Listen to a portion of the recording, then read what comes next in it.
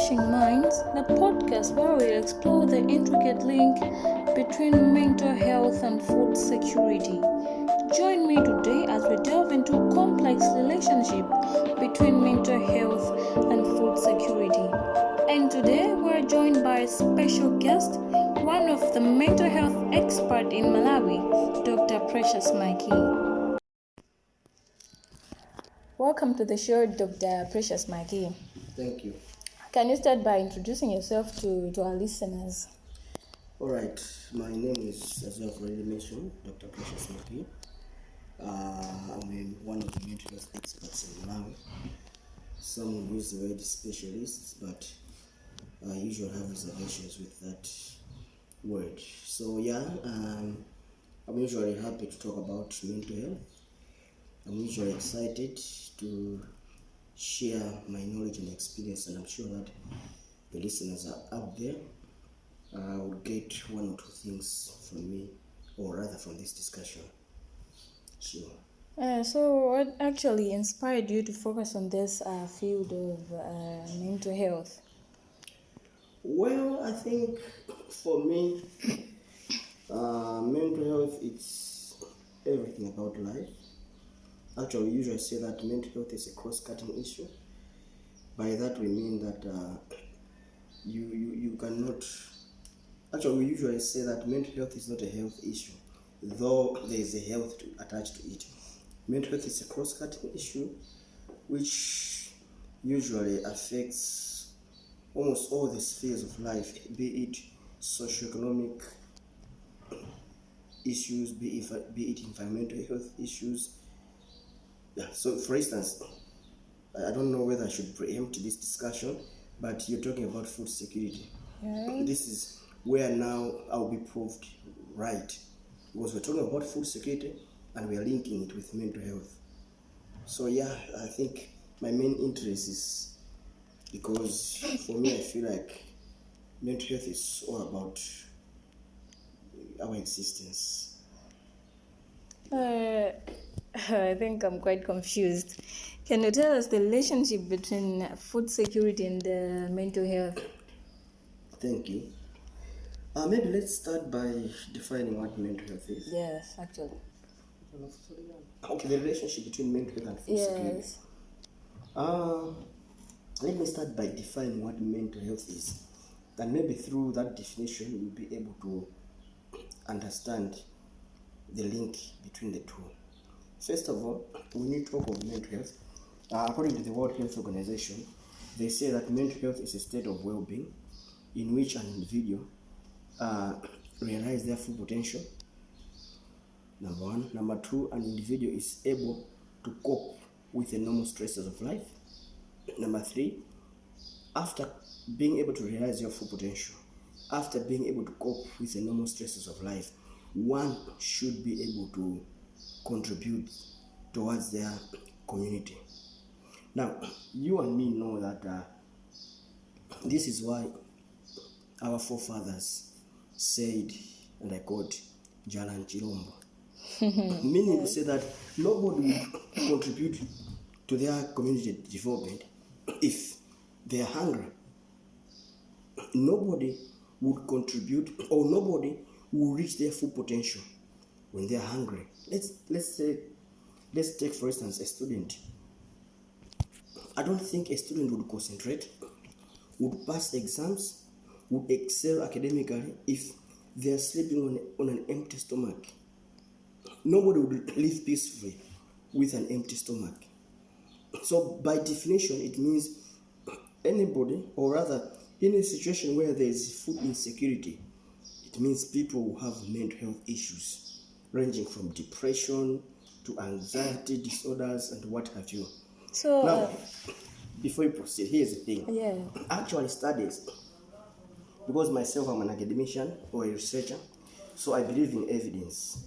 And we call that in health sector, we call that evidence-based medicine. We need to have evidence in whatever we do, in whatever we speak. Actually, research has shown of that relationship between mental health disorders and food insecurity.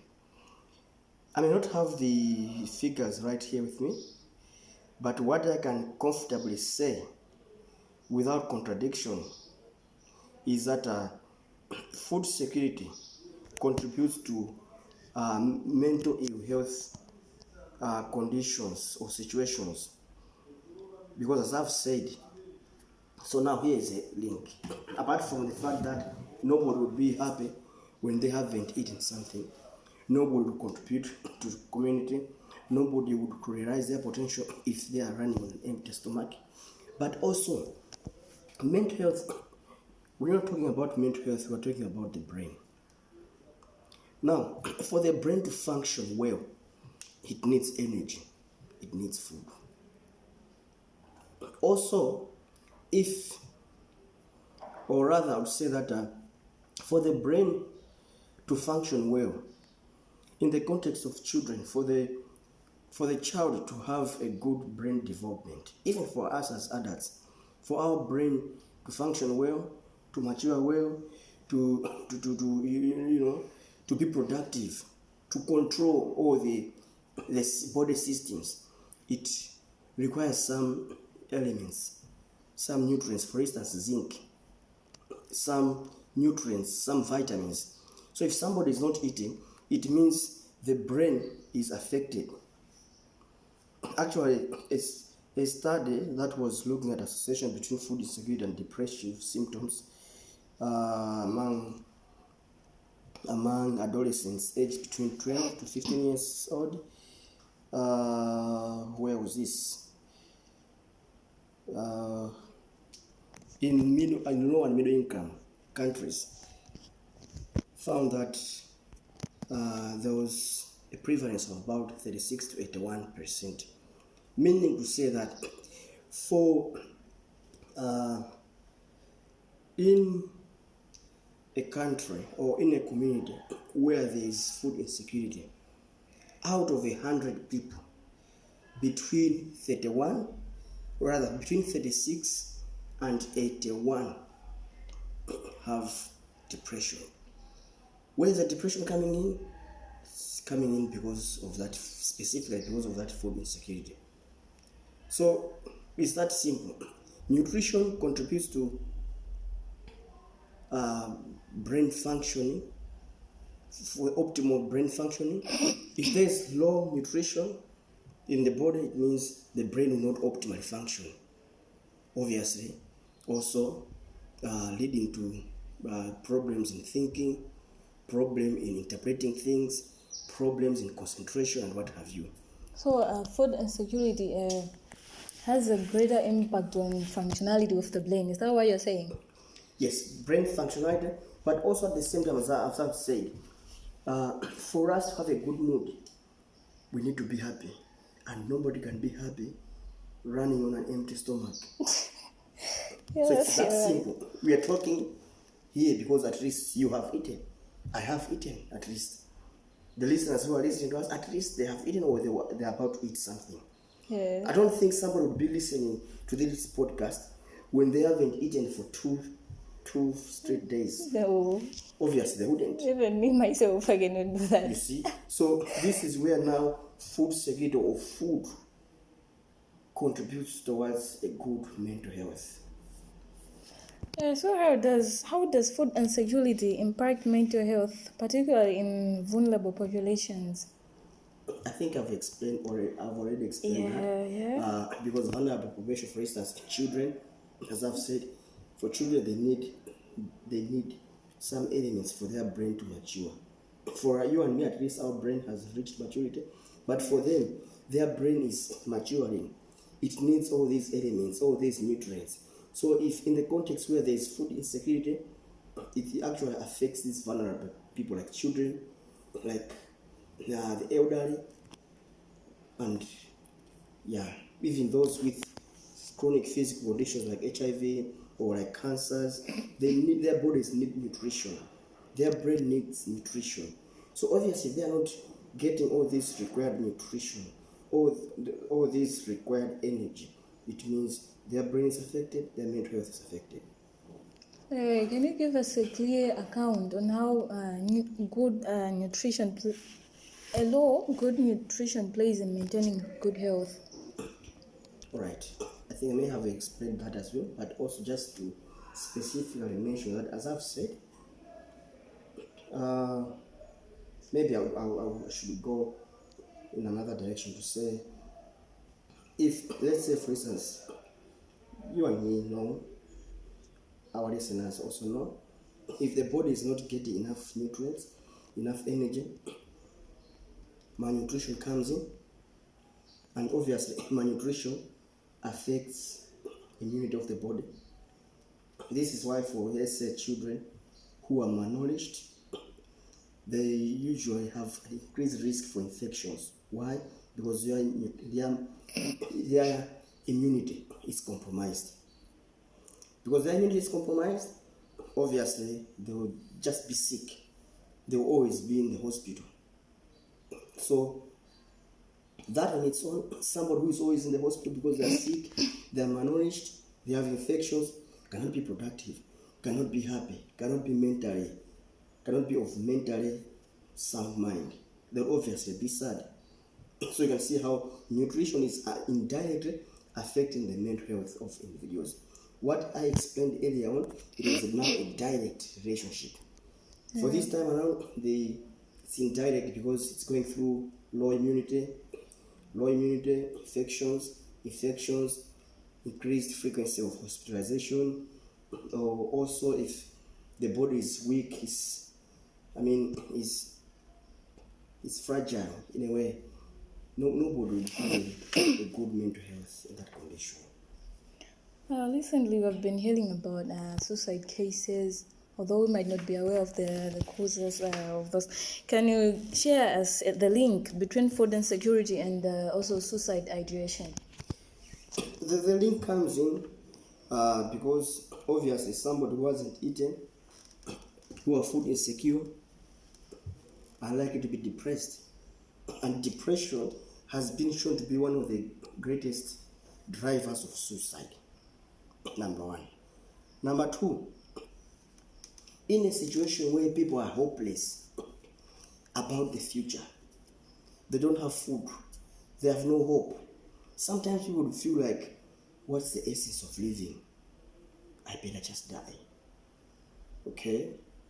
So that on its own is also a contributor towards suicide in the context of food insecurity. Are there some initiatives that have been put in place to avoid suicidal thoughts or something relating to suicide, I should say? Initiatives set by who? You can say maybe was as a healthy guy, or I'm for nurses and doctors. That's what I'm actually thinking. My point is that it's the responsibility of all of us. So don't push it on me, don't push it on the government, push it first on you to say, what have I done? Yeah. You may not know, but one of the first things that you have done is having this podcast. Because, for instance, this podcast may reach someone who was having suicidal thoughts. Out of this talk, they might get help. They might feel, wow, there's help. Yeah. Wow, so I'm not alone. So there's hope. In so doing, you've helped someone. So let me nail it down to say it's the responsibility of all of us, not just the government. Because this is a question that usually irritates me to say, what is the government doing? Yeah. Because, is it that government has to do everything? No, The but question some is, people. what are we doing as people? What are you doing to? Because some of the people who may have suicidal thoughts are your friends. Yeah, Some of course them you're are right, your but relatives. there's some people who actually doesn't know how to respond to suicide thoughts. So those people, awareness ichakwauza kuti izi sizingaso ngati mwina kuzipha sikungasove mavuto awo. There are some times anthavezeka kuti sakudziwa kuti angapange respond bwanji ku zimenezozo. That's why the question is coming in. But actually, you're answering yourself by saying that, because already now you are extending that help.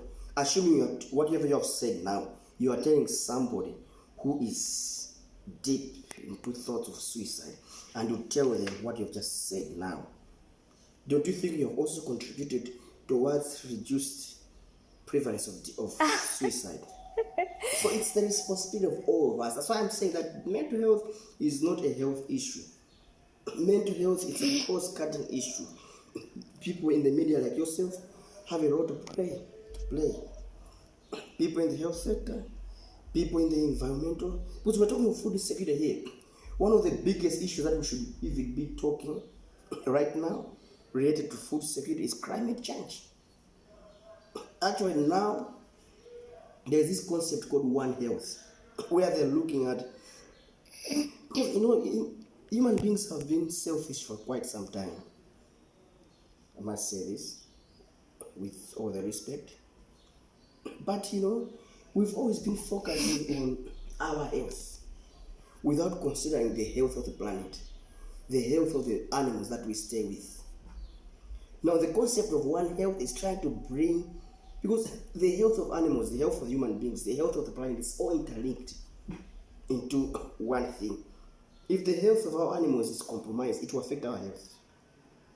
If the health of the planet, the ozone layer is destroyed, there are floods, there are extreme weather conditions, all these will affect our mental health, will affect our physical health. Okay. Can you specify on how climate change can impact our mental health? One of the things is what we are discussing in this podcast. Food insecurity, for instance, this year in most African countries, there's food insecurity. Yeah. What has contributed to that food insecurity is climate change. Okay? Yeah. We had drought. Prior to that, we had cyclone Freddy. Okay? All those extreme weather conditions have contributed towards poor mental health of people. Directly and indirectly. Directly, people have lost their loved ones to such. Obviously, their mental health is compromised. Because of Cyclone Freddy, because of the recent drought, the heat waves that we had, people do not have enough harvest to take them throughout the year. Some didn't even have a plate of corn. So what does that mean? Poor mental health. So I'm just saying in brief, but all these are bigger topics that could take us maybe even 3 hours of discussion. Okay. How effective are food assistance programs in supporting mental health?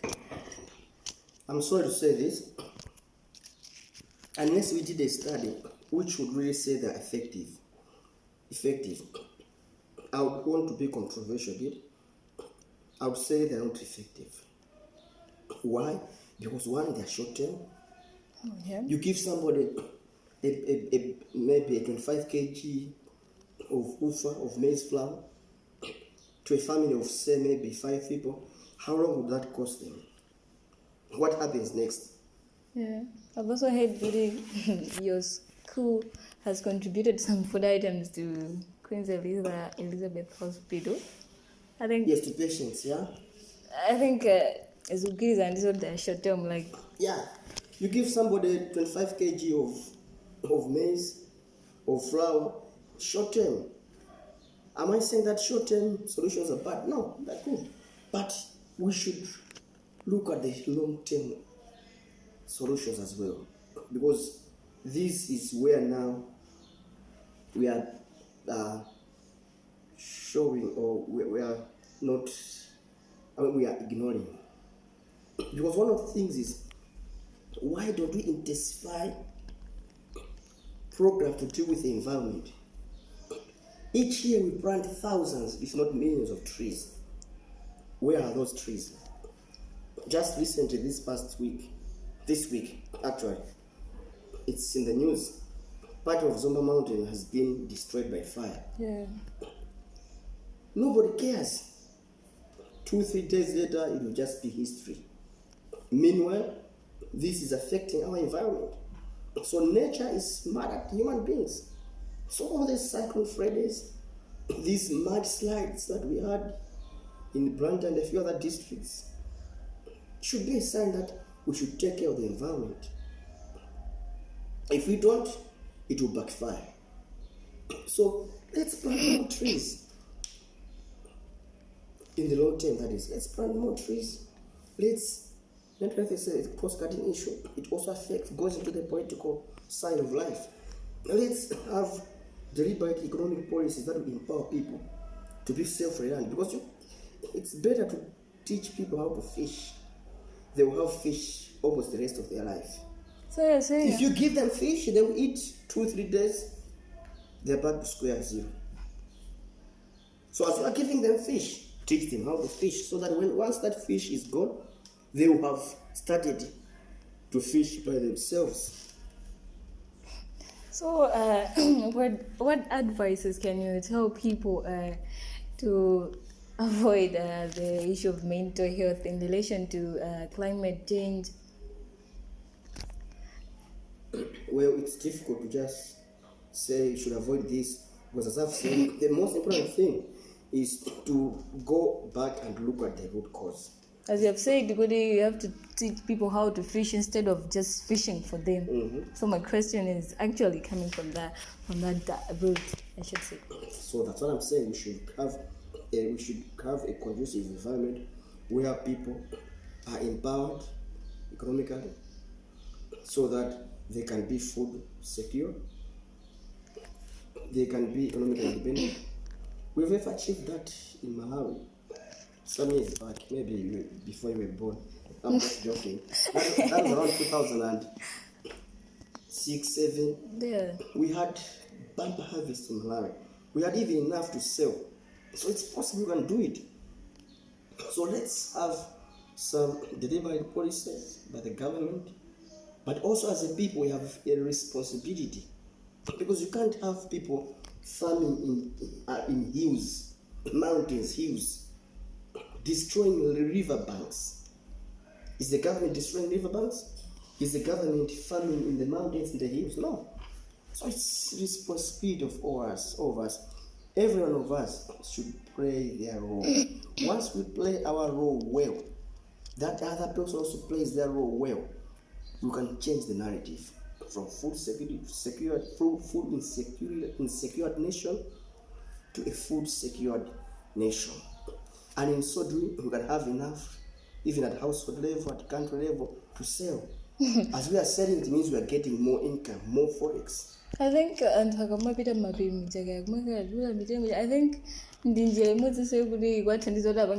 secure food. Okay. So it's like solving a problem by creating another problem. Does that make sense? Of course, no. Maybe you're sad, you're depressed, you have a problem. Now you start drinking. You drink excessively. Eventually, are you offering a solution? You are creating another problem. So you don't solve a problem by creating a problem. Because you can say, okay, in the meantime, temporarily, I'm burning this charcoal, these trees, I'm getting food. Yes, you're getting food. But will that sustain you for years? In years' time, you have destroyed the environment, and that environment will backfire. That's what is happening now. It is backfiring. So eventually, it's just like a vicious cycle, where you create this problem, you create this temporary solution, and that temporary solution creates another problem. It goes on and on and on like that. What law? People seeking for food because they're food insecure, and how that maybe affects their mental health. Anyway, I would answer with two philosophical terms or phrases. Number one, it is said that yes, actually. Meaning to say that once you are self-reliant, you are food secure, you are a boss on your own. And another philosophical phrase from our culture says, meaning to say, once you have food, you are rich. Based on this, you can see how important food is. Once you have your own food, you're rich at that level, in that context, you are free. You can be mentally stable, keeping other factors constant. But once you are in that situation where your food is secure, it means you are vulnerable. Yes, and that will expose people to a lot of discrimination, to a lot of stigma. Okay, so the point here is that for people to be free, they need to be empowered. And an empowered person is somebody who is likely to have a good mental health. Otherwise, without which people are prone to stigma, people are prone to be victimized, to be abused. Because, it's a complex topic. Because in a situation where there is food insecurity, vulnerable people like women are likely to be exploited sexually in pursuit for getting food. Children are likely to miss school to go at some bush to look for grasshoppers to eat, to look for chitedze to eat. But where they have food, they can be productive, they'll go to school. Our mothers will have their dignity. Because imagine in 2001, I don't think you were born by then. No. We had hunger situation in Malawi. Yeah. Which people would, especially it's usually mothers, because fathers who have gone to search for money. Now it's women who would now have to go, let's say in the context of 2001, women would sleep in ADMAC depots. They would go there maybe around 3 a.m. Some even sleep over there, so that at least the little maize that has come, they should be able to buy. In so doing, somebody can easily exploit them sexually. I will sell you this, just do this to me. And also some of them have babies. Yes. They are sleeping outdoors like that. So are you telling me that with all that, somebody would have a good mental health? No. Obviously, no. This marks the end of our podcast, and thank you, Dr. Precious Makiyi, for sharing your expertise on mental health in relation to food security. Mine is a pleasure. You've been an incredible guest. Thank you. Thank you for joining us on this journey, exploring the intricate link between mental health and food security. Remember, every bite counts and every conversation matters. Take action today, support local food initiatives, prioritize nutrition, and advocate for mental health awareness. Do not forget to like, comment, and subscribe to stay updated.